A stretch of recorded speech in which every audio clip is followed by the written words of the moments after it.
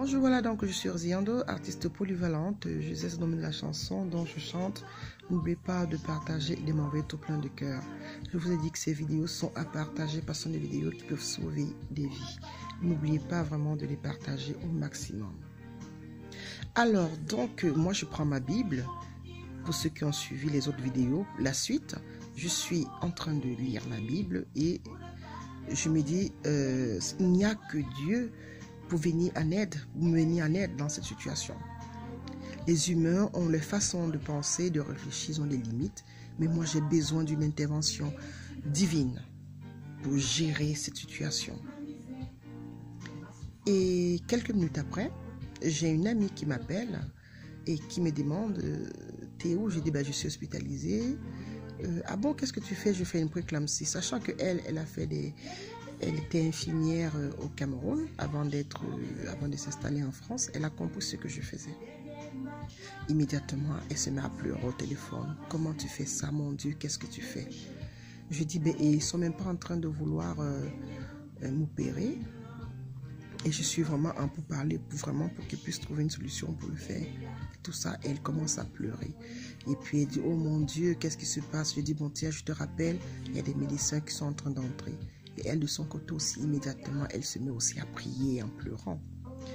Elle m'a relaté l'histoire après. Et moi, à ce moment, je suis face au médecin qui revient et qui me dit, ben voilà, on est en train de trouver une solution pour pouvoir faire une intervention. Mais franchement, c'est pas sûr. Si on vous fait une intervention d'ailleurs, il faut savoir que il n'y aura pas de place pour votre bébé immédiatement parce que c'est pas prévu qu'on puisse le faire. Il n'y aura pas de place. Votre bébé ira dans un autre centre hospitalier et vous allez rester là pour qu'on vous suive.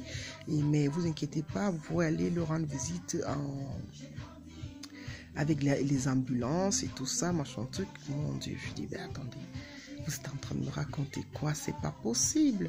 C'est pas possible ce que vous me dites.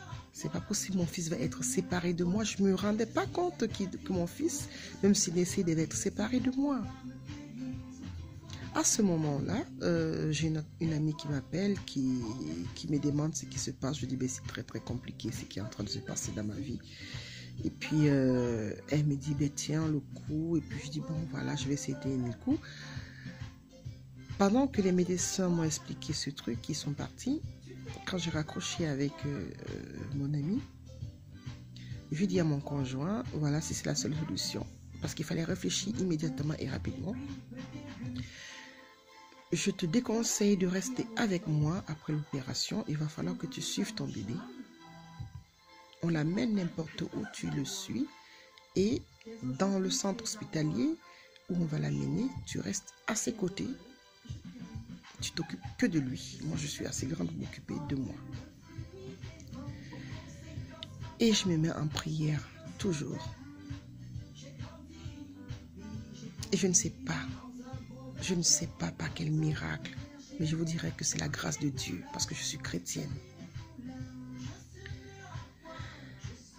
Le miracle, pour ceux qui croient, vous pouvez croire en Dieu ou vous pouvez ne pas croire en Dieu. Mais je n'ai pas lâché ma Bible pendant tout ce temps.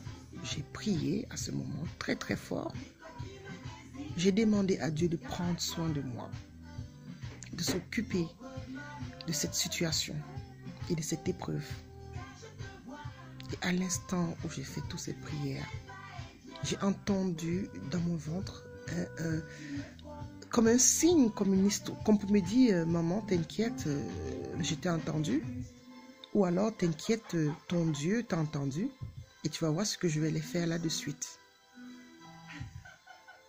Sachant que déjà, on avait essayé de me faire un déclenchement en fait. J'ai oublié cette étape en fait. Hein. On avait essayé de me faire un déclenchement à la veille aussi, qui n'avait pas marché du tout. Alors, donc, immédiatement, il y a mon fils justement qui lui donne cette raison médicale pour faire une intervention.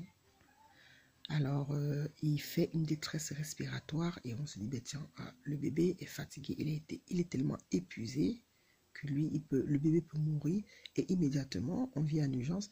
Madame, on a notre raison médicale.